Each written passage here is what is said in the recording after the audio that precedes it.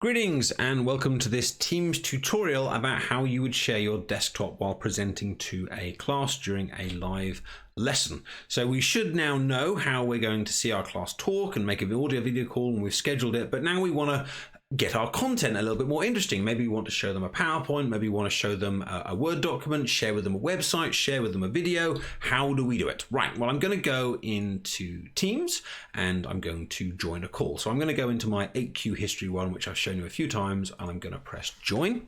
And this time I'm going to leave my camera off, but I'm going to leave my microphone on because I might want to talk to the pupils during this lesson. In fact, why not? What's the point of having a live lesson if they can't kind of hear what you are doing? Let me get rid of that.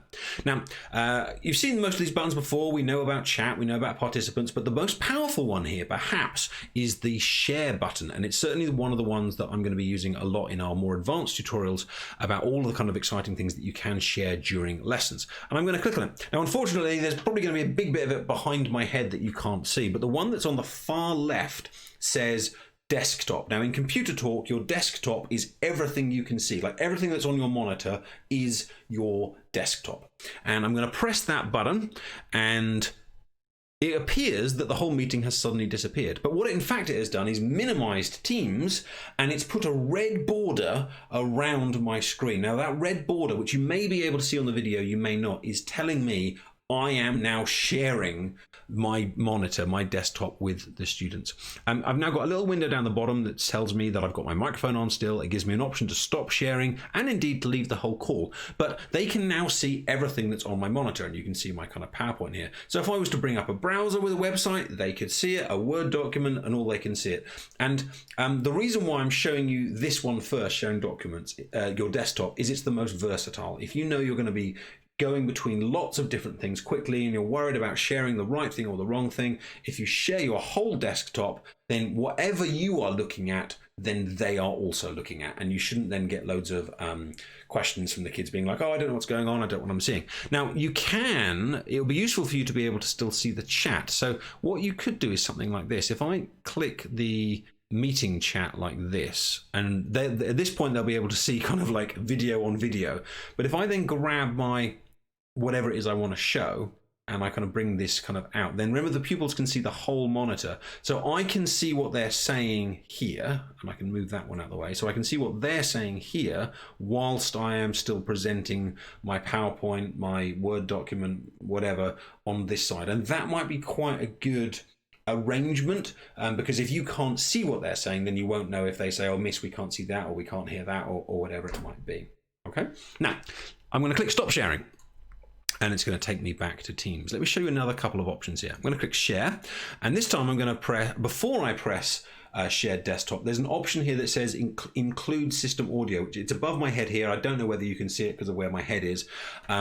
That decides whether the pupils will be able to hear what's coming out of your speakers. So if you know you're going to be playing a video from YouTube through it, you want to have that on. If you're going to be showing a website where there's some audio, then you want to have that on. But if you think you might be getting some bings from your emails or things like that, then of course you don't want to have that on. Now, let's just talk about the big disadvantage here for a minute. The pupils can see anything that's on your desktop while you've got this shared. So before you share your desktop, you need to look at what you can see, close down your email programs, close down your instant messages, because any notifications that pop up on the screen will appear. So if you get a message from your partner saying, see you tonight, do you want me to buy some cucumbers, then the pupils are gonna see that. So you need to make sure that you, and also think about your wallpaper as well. If your wallpaper is a picture of you and your family, that's probably not particularly appropriate. So you might want to be changing your desktop wallpaper as well for that. So prepare your monitor environment the same way you might prepare your physical environment if you're going to be using this.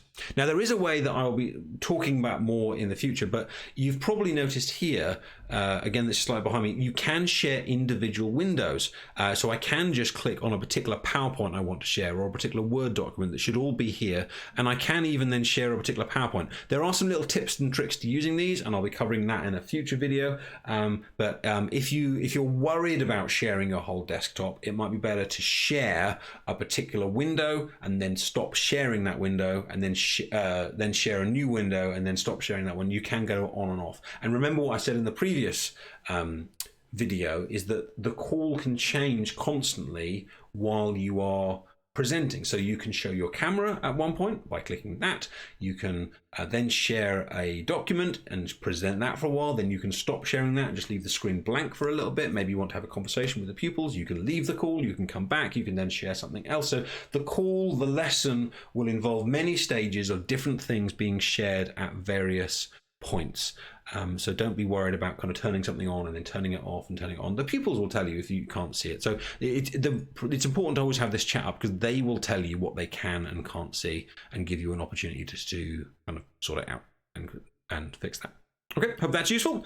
Next tutorial, we're going to be talking about recording the calls, and you must be recording calls. So it's vitally important you watch that video, which will be the final video in this basic tutorial series before you actually get started in your lessons.